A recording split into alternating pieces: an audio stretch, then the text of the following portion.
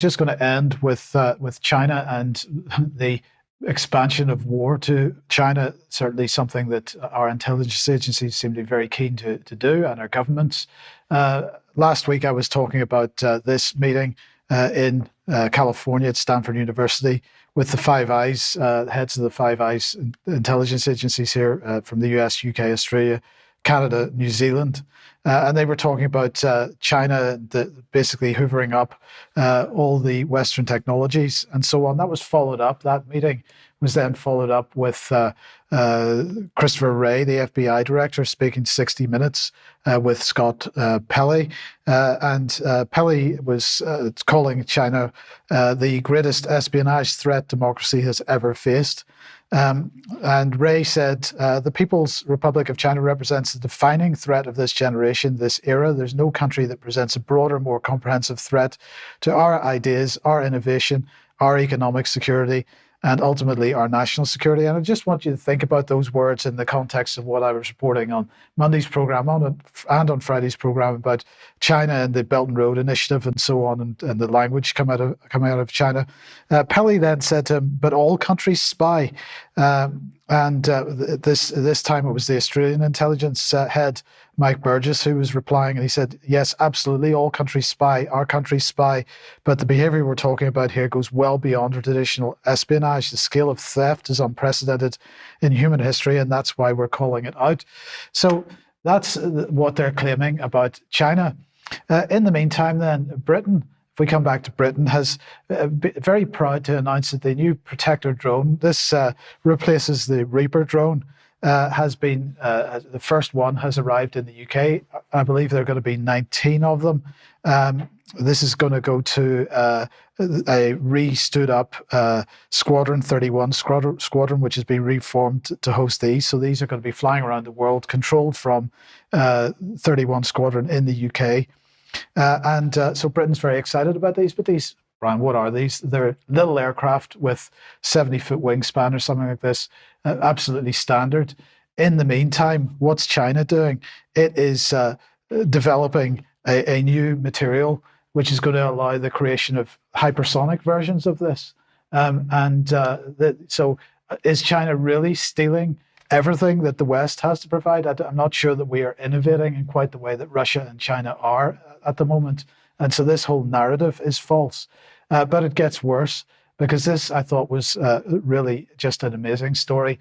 So the UK military, the UK Navy, the Royal Navy, has now ditched, according to The Sun, and it's been reported in all the mainstream press now, the custom of Chinese servants on British warships over spy fears, because the guy that's washing the captain's underwear, Brian, might find out where the ship is going to be deployed, pass that on to Beijing, and so we've got to kick all the Chinese off the ships, and they're going to be replaced with Gurkhas instead. Yeah, this is incredible and really unpleasant language there, Chinese servants, because these were, in my day, largely people that came from Hong Kong.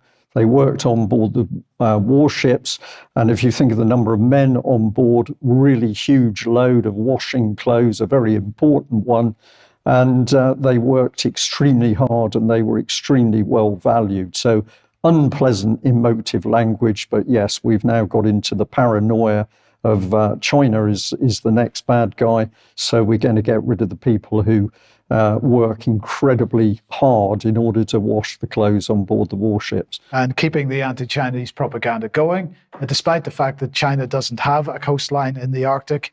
The NATO here, this was on the 20th and the 21st of October, the chair of the NATO Military Committee, Admiral Bauer, was attending the 10th edition of the Arctic Circle Assembly, and he was just so concerned about China. He said the increased competition and militarization in the Arctic region, especially by Russia and China, is concerning. The melting ice in the Arctic is creating new sea routes that would facilitate the movement of large vessels and shorten navigation times. We cannot be naive and ignore the potentially nefarious intentions of some actors in the region. We must remain vigilant and prepare for the unexpected. This is despite the fact that, in fact, to deal with the ice, Russia is building the world's largest icebreakers Because of ice. Because of ice, so that they can develop this channel. Yes, it is being used for trade, but NATO wants to persuade us that it's for other reasons as well. I believe Admiral Barr, of course, was one of the men who was saying a year ago that the Russians were going to run out of ammunition in Ukraine, and that hasn't happened. So can we trust this man? I'm not sure we can. No. Well, that's it then. That is it. We'll end there. A very big thank you for everyone that's joined us today, wherever you are in the world. We're getting some really fascinating emails which show us that people in all sorts of different countries are now tuning into the UK column.